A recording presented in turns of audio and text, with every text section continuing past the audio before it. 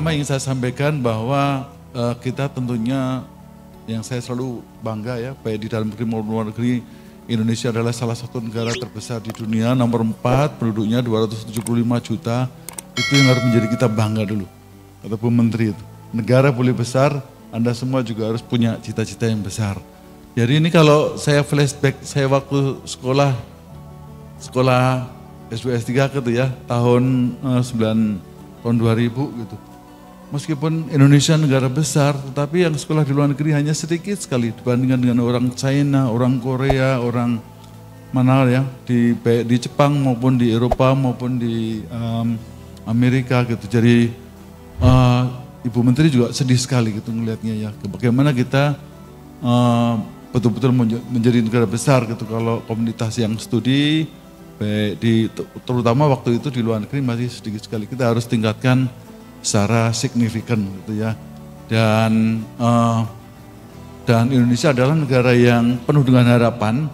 Jadi kalau kita lihat proyeksinya nih, misalnya ini bukan kita ini yang memproyeksi Indonesia akan menjadi negara ke-7, kemudian menjadi negara ke-4.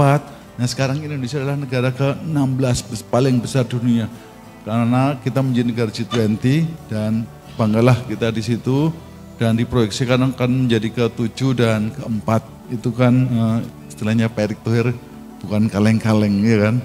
Tapi menjadi ke-7 dan ke-4 itu bukan dicapai dengan business as usual. Itu harus ada lompatan-lompatan yang besar menuju ke sana.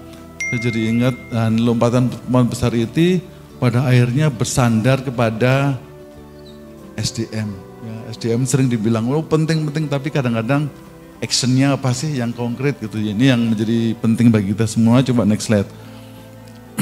Tantangannya banyak banget ya. Kalau kita mau jadi negara maju, ya ada visi 2045, kita menjadi negara maju, artinya daya saing kita harus naik. Ya. Daya saing itu baik yang terkait dengan secara langsung dengan SDM maupun yang non-SDM. Non-SDM itu seperti misalnya di bidang infrastruktur, kemudian di bidang ICT, information technology, kemudian di bidang transportasi dan yang lainnya. Nah yang terkait dengan SDM itu misalnya di bidang kesehatan, di bidang inovasi, kemudian di bidang skills. Skill banyak sekali, skills. Sekarang ini pendidikan tidak hanya mengandalkan degree tapi juga skills. Dan sering sekali orang yang menang, orang yang banyak skills gitu ya. Jadi namun pada dasarnya dapat kami sampaikan bahwa meskipun hal-hal yang tadi yang terkait dengan infrastruktur, terkait dengan berbagai hal yang non SDM, itu di belakangnya juga harus ada SDM yang mumpuni. Contohnya ya institusi, ya salah satu syarat negara menjadi negara maju adalah ada institusi yang benar, dan institusi yang benar di baliknya harus ada SDM yang benar, ya kan.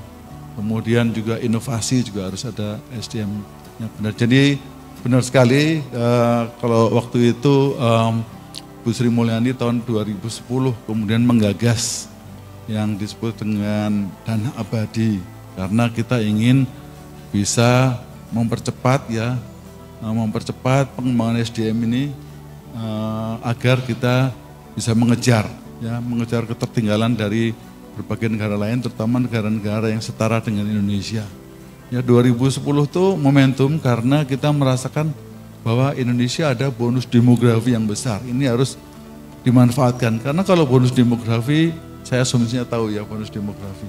Kalau dia tidak dimanfaatkan, dia akan menjadi beban. Dia harus dimanfaatkan secara besar-besarnya.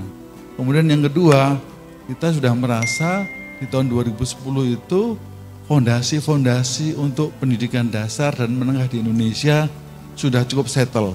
Ya, ada wajib belajar 6 tahun, 9 tahun, 12 tahun sudah settle, sehingga pada saatnya kita untuk memperkuat di high end-nya, perguruan tingginya. Karena kalau yang pendidikan tinggi S2, S3 dan sebagainya, waktu itu kita bisa banyak melahirkan inovasi-inovasi.